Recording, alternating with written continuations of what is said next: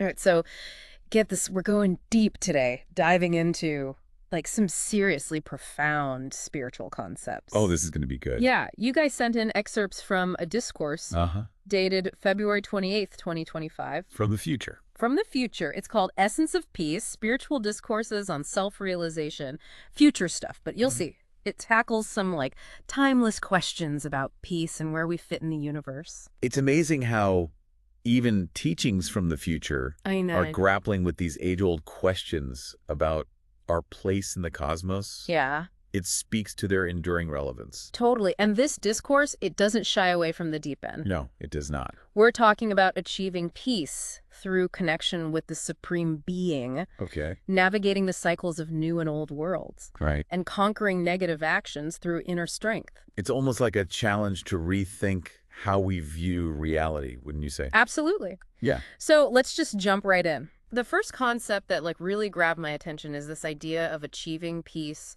by becoming bodiless. Interesting. The text says, become bodiless to attain peace, for unrest stems from bodily consciousness. It's a pretty bold statement. It is, and it might sound a bit radical at first, Yeah. but this idea of separating the self from the physical form to find inner peace Right. is a recurring theme in many spiritual traditions. I can see that. Think of it this way. True peace isn't about what's happening around us, Mm-hmm. but about our internal state of being. So it's not about changing our external circumstances, Right. but about shifting our inner perspective. Exactly. It's about recognizing that the true self, the soul, Yeah. isn't bound by the physical body or the ever-changing world around us. Mhm. It's about tapping into something deeper. That makes me think about all the emphasis on mindfulness and meditation these days. Yeah. Are those practices a way to achieve this this bodiless peace the discourse talks about? They certainly can be. Think of mindfulness as stepping back from the constant chatter of your mind, like observing your thoughts and feelings without getting swept away by them. Right. That detachment can create a sense of spaciousness and inner peace, even when life feels chaotic. It's like finding that calm within the storm, right? Precisely. And many spiritual traditions believe that this inner stillness is where true peace resides. Okay. It's not about denying the physical world or our experiences, but about finding a different way to relate to them. This makes me wonder how much of our unrest comes from identifying too strongly with the physical world and our experiences. Like, if we could loosen that grip a little, would we find more peace? That's a really insightful question, and I think this discourse is prompting us to explore that very idea. Yeah. It's suggesting that our true nature is spiritual, Okay. connected to something beyond the physical realm, and that recognizing this connection is key to finding lasting peace. Okay, so we've started to unpack this idea of becoming bodiless to find peace. Now, let's kind of shift gears and talk about another intriguing concept in the discourse. Cycles of time. It mentions these cycles of new and old worlds, constantly transitioning from one to the other. This idea of cyclical time is fascinating, especially when you contrast it with the linear view of time that's so dominant in modern Western thought. Yeah.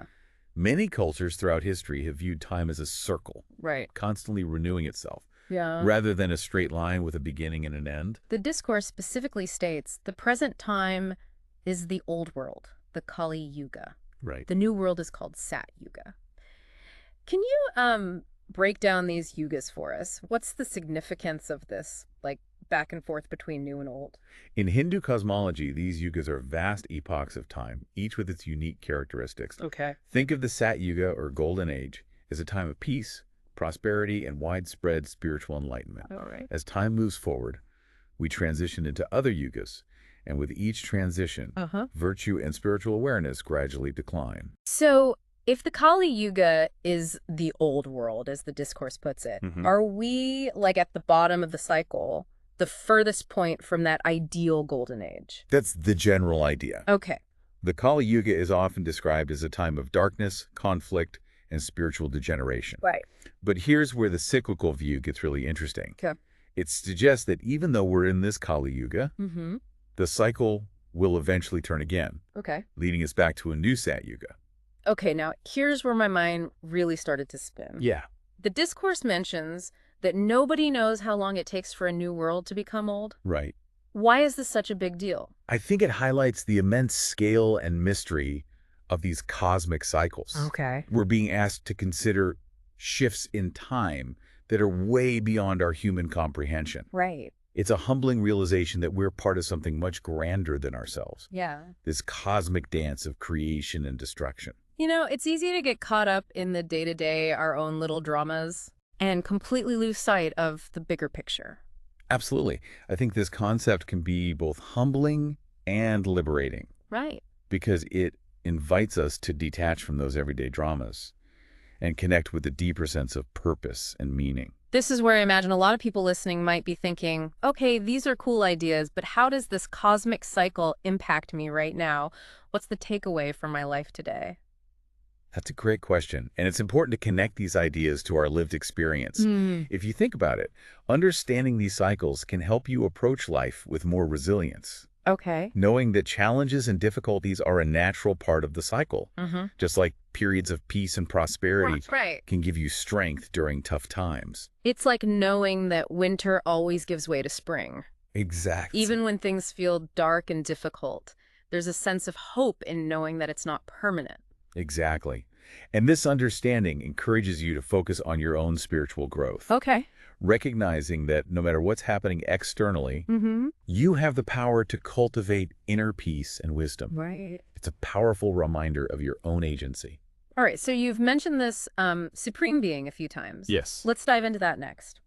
The discourse refers to a father who teaches and guides souls towards liberation. This concept of a divine teacher figure Yeah. is a common thread in many spiritual traditions. Okay. And it speaks to a deep longing for guidance and connection with something greater than ourselves. It's that feeling of wanting to be guided back home. The discourse says, the father says, "Children, you souls come from the land of peace to play your parts." What does this tell us about the soul and its journey? It's suggesting that our souls originate from a realm of pure peace Okay. and that we come into this physical world to experience life, Right. to learn and grow. Okay. The Father acts as a guide, helping us remember our true nature and eventually return to that state of peace. Right. It's a beautiful concept. It's almost like we're all actors on a cosmic stage, playing our roles, and the Father is the director guiding us through the play. I love that analogy. Yeah. It really captures the essence of this idea. Mm-hmm. We're not just random beings, we're souls on a purposeful journey, guided by a force that's both loving and wise. Now, how does this concept of a supreme being compare to similar figures in other faiths? Are there any parallels we can draw? Certainly. Okay. Most spiritual traditions have a concept of a higher power, Right. a divine being who created the universe and oversees humanity, whether it's called God, Allah, Brahman, or the Great Spirit. Yeah. The essence is often the same, Yeah. a source of love, wisdom, and guidance. So while the names and specific details might differ, Right. the underlying principle of a loving, guiding force is pretty universal. It really is. Okay. And it speaks to this fundamental human need for connection, a sense of belonging to something larger than ourselves. Yeah. We crave meaning and purpose. And this idea of a supreme being offers a framework for understanding those things.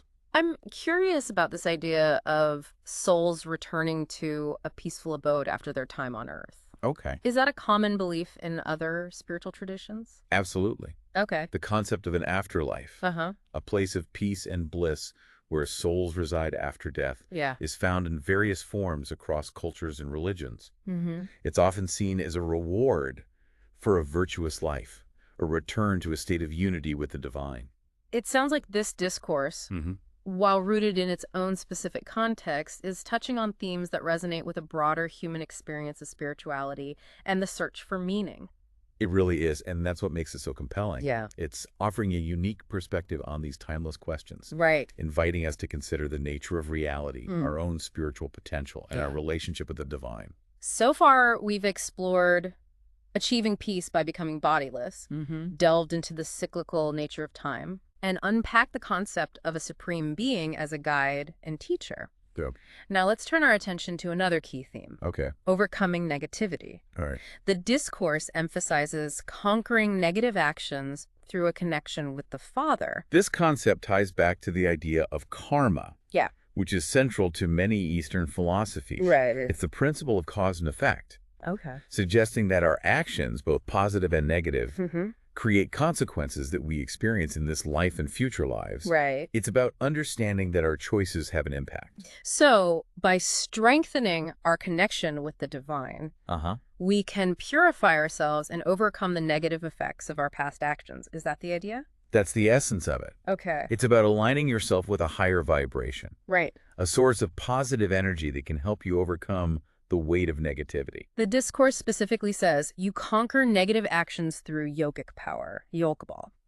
Can you explain this idea of yogic power and how it relates to spiritual growth? In this context, yogic power refers to the inner strength and discipline that you cultivate through spiritual practices. Okay. It's about mastering your mind, Mm-hmm. controlling your thoughts and desires, Okay. and directing your energy towards positive action. Right.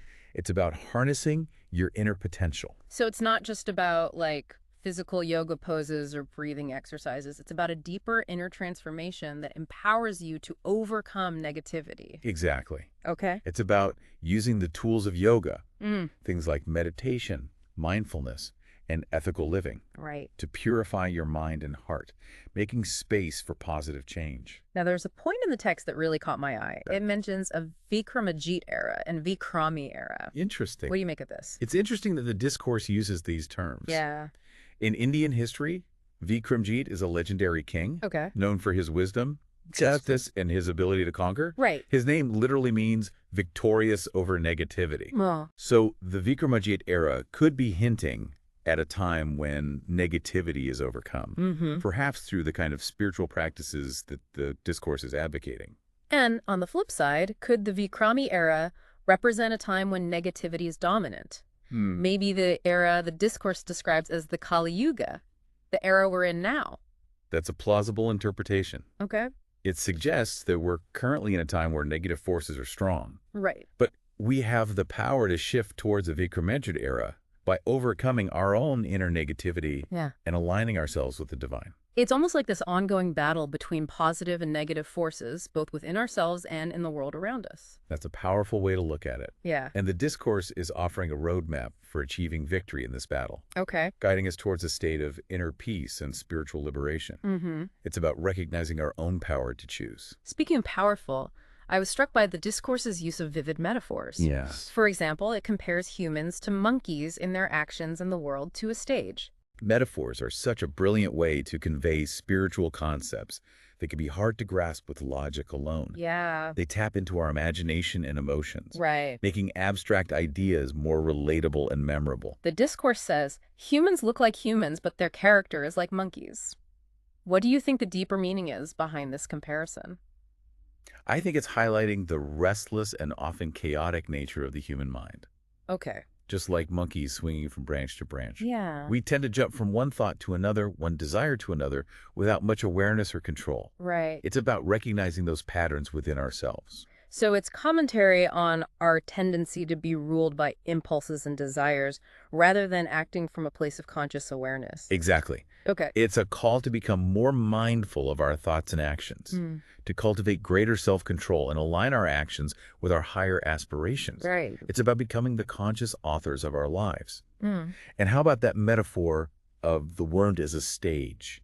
Mm. What do you think that says about our experience of life? I think it makes me think our time on Earth is like a performance with each of us playing a unique role. Right. It's a reminder that this physical existence is like temporary, that there's something deeper beyond the roles we play Right. in this earthly drama. Exactly. It's an invitation to detach from the ego's need to take everything so personally. Yeah. And to see ourselves as actors in this like grand cosmic play. You know, earlier we were talking about this idea of the soul's journey from the land of peace into the physical world and back again. Yes. It's fascinating how the discourse weaves together these concepts of time, space, and spiritual evolution. It's like a cosmic dance, the cyclical movement between realms of existence. So the soul, according to this teaching, Okay. embarks on this journey to gain experience, to learn and grow, Yeah. and ultimately to return to its source, Right. that land of peace. And the Father is there to kind of guide us through this dance to help us remember who we truly are and navigate the challenges of this world. Think of it like having a cosmic GPS Okay. guiding us back home. Got it. And the tools we use for this journey are the spiritual practices we've been discussing. Meditation, mindfulness, ethical living. Okay. All these practices are designed to purify the mind and heart and reconnect us with that divine essence. This brings up a question that what happens when we ignore that guidance?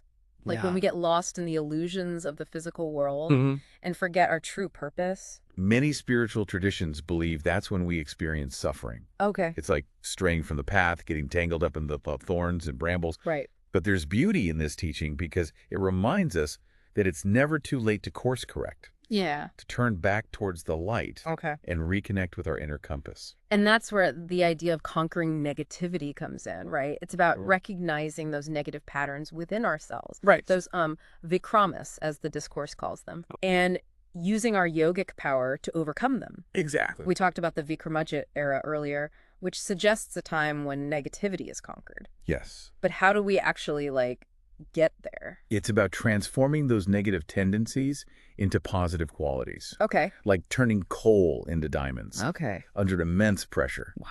The Father acts as the source of that pressure, a transformative fire that burns away impurities Okay. and reveals our true brilliance. That's a powerful image, the idea that within each of us lies a diamond waiting to be uncovered. Yes. A potential for greatness that can only be realized through this spiritual purification process. That's the ultimate goal of self-realization, isn't it? Yeah. To discover our true nature, our divine essence, and to live in alignment with that truth. What strikes me is the optimism of this discourse, even though it describes the present time as the old world, the Kali Yuga. Right. There's this underlying message of hope, this belief that we have the power to transform ourselves and the world around us. Yes. It's not all doom and gloom. It's a message that resonates deeply, especially in times of uncertainty and change. Yeah.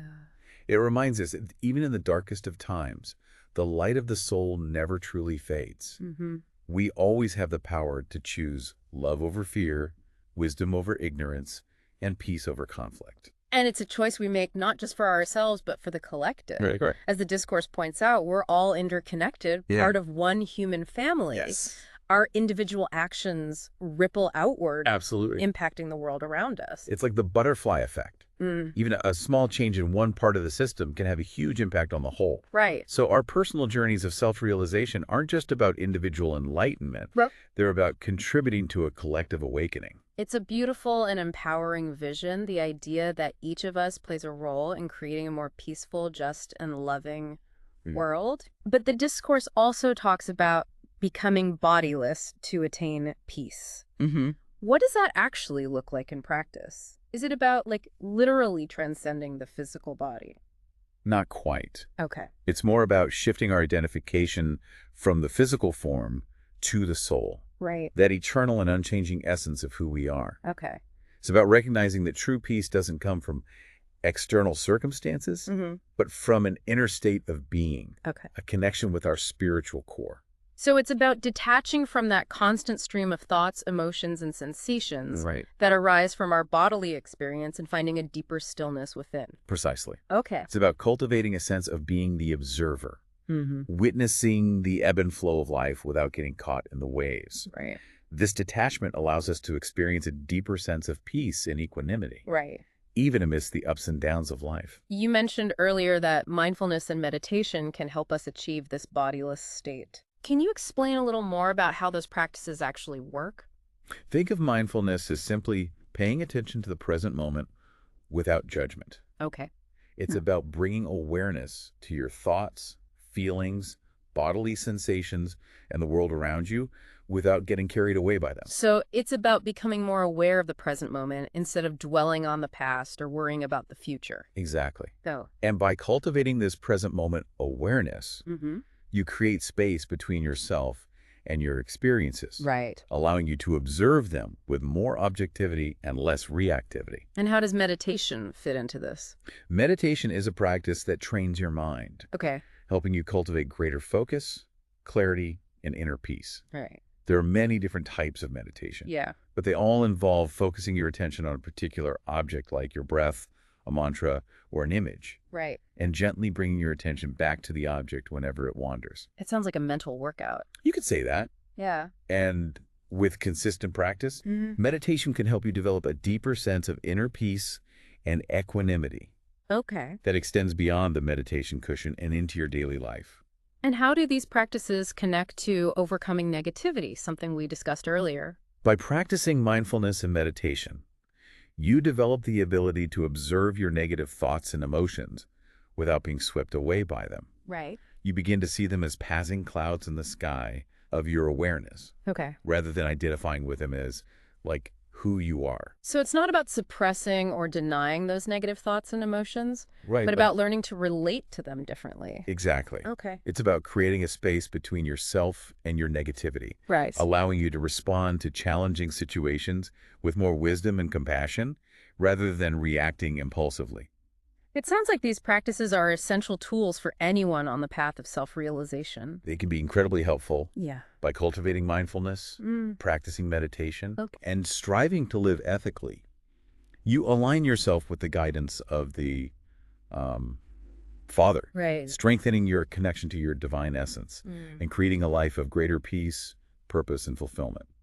The discourse also emphasizes remembering the supreme being, Yes. the Father, as a source of happiness. Mhm. Can you talk more about this connection between remembrance and happiness? Many spiritual traditions view remembrance of the divine Okay. as a pathway to joy and fulfillment. Right. It's about shifting our focus from the fleeting pleasures of the material world to the eternal bliss of the soul. The discourse specifically states that true happiness is found in remembering the supreme. Mm.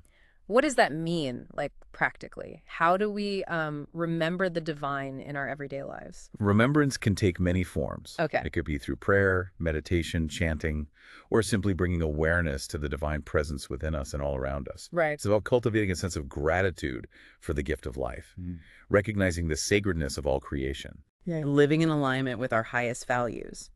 So it's about shifting our perspective, seeing the world through a spiritual lens, Exactly. and recognizing the interconnectedness of all things. Exactly. It's about moving beyond a purely materialistic view of reality Okay. and embracing a spiritual understanding of life. Right. Remember, we're souls on a journey, guided by a loving and wise force. And by remembering our true nature, our connection to the divine, we tap into a deeper wellspring of happiness that's not dependent on external circumstances. That's the essence of this teaching. Right. True happiness doesn't come from acquiring possessions or achieving worldly success, but from aligning ourselves with our spiritual core, Okay. the source of all love, joy, and peace. Earlier, we discussed the analogy of humans being like monkeys in their behavior. Yes. It's a humorous comparison, but it carries a deeper message, doesn't it? Absolutely. Yeah. It highlights our tendency to be restless. Distracted and easily swayed by our impulses, just like monkeys swinging from branch to branch. Right. We often jump from one thought to another, Mm-hmm. one desire to another, without much awareness or control. So it's a commentary on the chaotic nature of the untrained mind. Precisely. Okay. And it's a call to cultivate greater mindfulness and self-awareness, Right. to become more conscious of our thoughts, words, and actions. The discourse suggests that by connecting with the Father, Yeah. we can overcome these monkey-like tendencies and become more stable, peaceful, and purposeful in our lives. It's about aligning ourselves with a higher vibration, Okay. a source of wisdom and clarity Right. that helps us transcend the lower impulses of the ego and live in greater harmony with ourselves and the world around us. It makes you wonder how much of our suffering is caused by this, like, monkey mind, this constant chatter and agitation that keeps us from experiencing true peace. That's a profound question. The answer, according to these teachings, lies in cultivating stillness, Okay. turning inward, and connecting with the peace that resides at the core of our being. It sounds like a journey of self-discovery, It is. of moving from the chaos of the monkey mind to the serenity of the soul. Exactly. And it's a journey that's available to all of us, Right. regardless of our background, beliefs, or circumstances. We also talked about the world being a stage Yes. and us being actors playing our parts. Right. What's the significance of that metaphor? It's a powerful way to understand the impermanence of the physical world Okay. and to detach from the ego's tendency to take everything so personally. It allows us to see things from a broader perspective. So it's about recognizing that our roles in this world are temporary, Right. that we're not defined by our possessions, achievements, or even our relationships. Exactly. It's Wow. about seeing the bigger picture, Yeah. recognizing that we are souls on a journey, and that this physical existence is just one chapter in a much larger story. And how does this understanding of the world as a stage impact our lives practically? It can help us to let go of attachment to outcomes, Okay. to embrace change and uncertainty, Right. and to approach life with more lightness and humor. Mhm. It's about surrendering to the flow. It's like becoming more comfortable with the ebb and flow of life, recognizing that there are seasons for everything Yes. and that nothing stays the same forever. Precisely. And this perspective can liberate us from fear, worry, and anxiety, Right. allowing us to live more fully in the present moment. The discourse also mentions yogbol, Yes. which translates to yogic power. Mm-hmm. Can you tell us more about this power and how it's cultivated? Yogbo refers to the inner strength and resilience Okay. we develop through spiritual practice. Mhm. It's about mastering the mind, Right. controlling our impulses, Okay. and directing our energy towards positive action. So it's not just about physical postures or breathing exercises, Right. but about a deeper inner transformation Mhm. that empowers us to overcome negativity and live a more purposeful life. Exactly. Okay. It's about using the tools of yoga, meditation, mindfulness, ethical living to purify the mind, Mhm. strengthen the will, Okay. and cultivate a deeper connection with our spiritual core. It sounds like this yogic power is essential for navigating the challenges of the Kali Yuga, the old world that the discourse describes. Indeed, in a time of increasing distractions, Right. temptations, and negative influences, Yeah. it's more important than ever to cultivate this inner strength and resilience. And the discourse suggests that by connecting with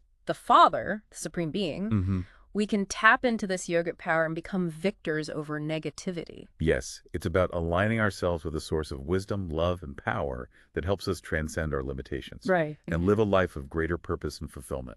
Let's go back to those cycles. The discourse mentions the cycles of new and old worlds. Okay. Can you elaborate on what that means? In Hindu cosmology, these cycles are called yugas, Right. vast epochs of time, each with its unique characteristics. Okay. The Sat Yuga, or Golden Age, is described as a time of peace, prosperity, and spiritual enlightenment. Mm-hmm. As time progresses, we move into other yugas, Right. each marked by a gradual decline in virtue and spiritual awareness. So the Kali Yuga, the present time, according to the discourse, Yes. is like the end of the cycle, the furthest point from that ideal golden age. That's right. Okay. It's often described as a time of darkness, conflict, and spiritual degeneration. Yeah. But the cyclical view offers a hopeful perspective. Oh. Even though we're in this Kali Yuga, Right. the cycle will eventually turn again, Mm-hmm. leading us back to a new Sat Yuga. And the discourse emphasizes that no one knows how long it takes for a new world to become old. Right. Why is that significant? It highlights the mystery and vastness of these cosmic cycles. Right. We're being asked to consider that these shifts happen on a time scale far beyond our comprehension. Yeah. It's a reminder that we're part of something much larger than ourselves, a grand cosmic dance of creation and destruction. It almost makes our individual lives, our worries and concern seem minuscule in comparison. Exactly. This perspective can be both humbling and liberating. Yeah. It invites us to detach from the dramas of our everyday lives Mm-hmm. and connect with a deeper sense of purpose and meaning. So how does this understanding of cycles impact our lives in like a practical way? Knowing that challenges and difficulties are a natural part of the cycle, Okay. just like periods of peace and prosperity, Mm-hmm. can give you strength and resilience during tough times. Yeah. It's like knowing that winter always gives way to spring, Right. a reminder that even darkness is temporary. It's a message of hope and renewal, a reminder that even in the midst of chaos and uncertainty, there's a deeper order at play, a cyclical movement towards a brighter future. And it encourages us to focus on our own spiritual growth, Okay. recognizing that regardless of the outer circumstances, we have the power to cultivate inner peace and wisdom. The discourse also talks about the importance of being victorious over negativity. Can you elaborate on what that means? That's about recognizing and overcoming the negative patterns within ourselves. Okay. Those tendencies towards anger, greed, jealousy, and fear Mm. that keep us trapped in cycles of suffering. So how do we achieve this victory over negativity? The discourse suggests that it's through a combination of spiritual practices, ethical living, and connection with the Father, the Supreme Being, Mm. by aligning ourselves with a higher vibration, Okay. a source of wisdom and love. Right. We can transform our negative tendencies into positive qualities. It sounds like a process of inner alchemy, of turning lead into gold. Exactly. Yeah. It's about recognizing that within each of us lies a potential for greatness, Oh. a divine spark that can be ignited through spiritual practice and connection with the divine. And the discourse suggests that by becoming victorious over negativity, we not only liberate ourselves, but also contribute to a collective upliftment. Yes, it's about recognizing that we're all interconnected, Right. part of one human family. Mm. Our individual actions ripple outward, impacting the world around us. Right. So by purifying ourselves, we also contribute to a purification of the collective consciousness. It's a beautiful and empowering vision, the idea that each of us plays a role in creating a more peaceful, just, and loving world. And it's a vision that requires us to step out of our comfort zones, challenge our limiting beliefs, and embrace the transformative power of spiritual practice. This idea of becoming world benefactors keeps coming up in this discourse. What does Yeah. that actually mean in a practical sense? It's about using our talents, our resources, Okay. and our energy to make a positive impact on the world. Okay. It could be through acts of service, generosity, Mm. or simply living in a way that that inspires and uplifts others. Right. It's about recognizing that ripple effect Yeah. of our actions. So it's about shifting from a me focus to a we focus. Yes. Recognizing that we're not just here for ourselves, Right. but to contribute to the well-being of all. Exactly. It's about expanding our circle of compassion Okay.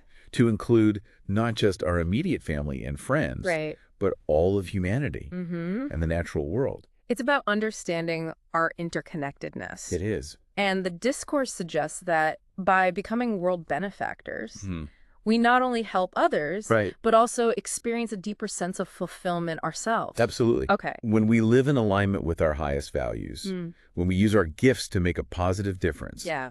we experience a sense of purpose and joy Right. that goes beyond personal gain. Okay. It's about tapping into a deeper source of happiness. It's like tapping into that deeper wellspring of happiness, a joy that comes from giving and contributing to something greater than ourselves. Precisely. And this joy isn't dependent on external circumstances or material possessions. Yeah. It's an inner state of being Mm-hmm. that naturally flows from a life of service and love. Earlier, we touched upon this idea of the world as a stage and us as actors playing our parts. Yes. It's such a fascinating metaphor. It is. What's the deeper significance that you see in it? It's a powerful way to illustrate the impermanence of the physical world Right.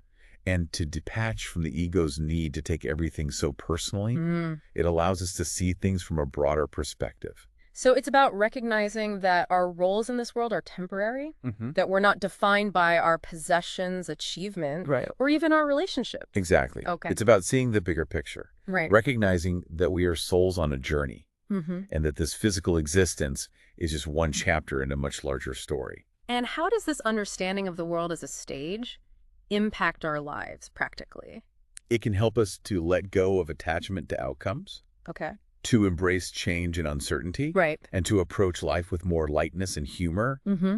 It's about surrendering to the flow. It's like becoming more comfortable with the ebb and flow of life, Right. recognizing that there are seasons for everything Yes. and that nothing stays the same forever. Precisely. And this perspective can liberate us from fear, worry, and anxiety, Right.